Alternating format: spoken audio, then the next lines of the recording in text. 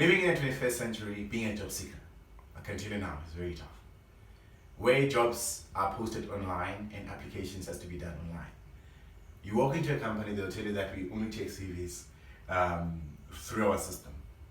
But then as a job seeker, how do you actually get yourself out there to be recognized by employers? And also how do you apply for jobs that would actually fit your skills and qualifications? So I'm here with Tabelo and Matthew to help you guys to actually get more opportunities and get to win in some of the opportunities. So I'll start with you, Tabelo. How's it?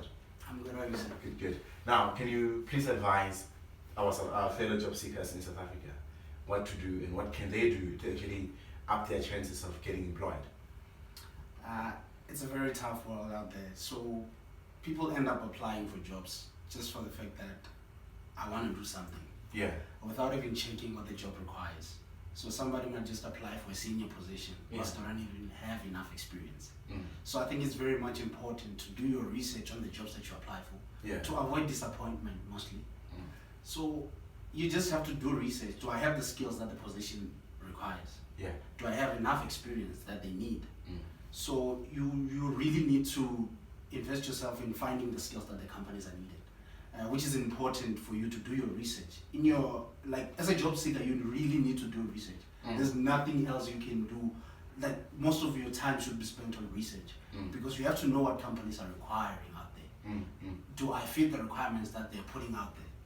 Because there's a lot of people are getting discouraged because you apply for a position, you don't get feedback. Companies don't even send you emails to tell you why they rejected your application. So you really need to know yourself. What can I offer companies? How do I go get the skills that the positions out there are requiring? You might be qualified in finance, but you don't know the systems that the companies use. You need to find a way to go learn those systems. It could be via internships, it could be via volunteering. Any way to get the skills so that you can be employable. I feel that's the best way you can do it. That's interesting. So Matt, what do you think? This is Matthew, of course, a senior recruiter. So I think just give us those powerful facts that could be used to actually assist job seekers. Okay. Hello everyone. I think the most important thing for unemployed graduates or people with experience. First thing they should do is to make sure that they qualify for the job. Make sure that you have the skills that needed, the qualifications that they need, your matric, diploma or degree. First thing that you need to get a job. And also make sure that you always update your CV from time to time, every time you apply for these jobs. Because you can't be using CVs that you used 6 months ago for the job that you requires different skills. Yes. I mean, companies they cry and say that they don't get qualified candidates. So do you think maybe most of the times would be the fact that there's people don't update their CVs, and maybe I don't know, we live in the 21st century, of course. I don't know. What do you have to say?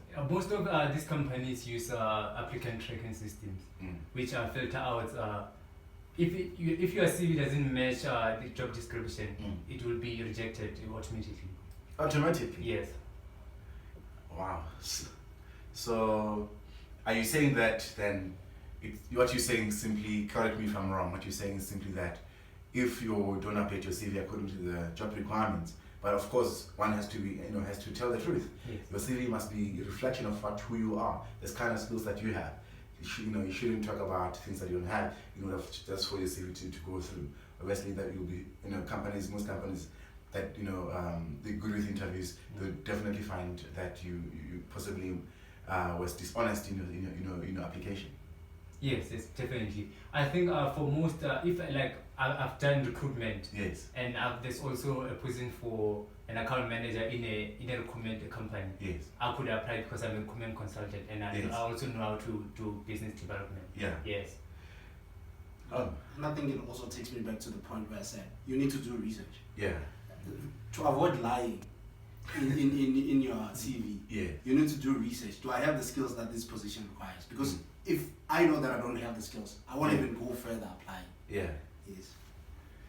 All right. So I know you have a lot to say. Let's avoid. I just want to avoid taking a long video. Let's reserve more information for next week, and then we can share with job seekers. But I think for now, job seekers, you heard it from experts, people who deal with job applicants and companies on a daily basis.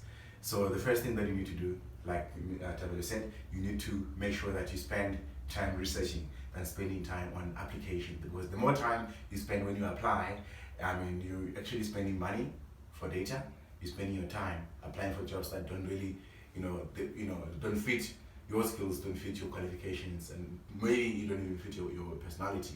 The second thing that it's very, very of much importance that Matthew's mentioned that companies today, like I said, in the 21st century, companies today, they use applicant tracking systems. So these systems will automatically index your CV and check whether you have the required skills or not. If you don't have, then you will be rejected automatically by the system. So please make sure that when you apply for a job, you make sure that you check your CV, you update your CV, and then you post your CV, an updated CV that would match the job. Sometimes you forgot, or maybe you think something is not important, but then some things are very much important to consider and to add into your CV according to the job specifications. But make sure that you don't lie, because the moment you lie, you might go to jail for that, or you might be fined for that. Thank you very much. Gentlemen, thanks a lot. Let's help our nation.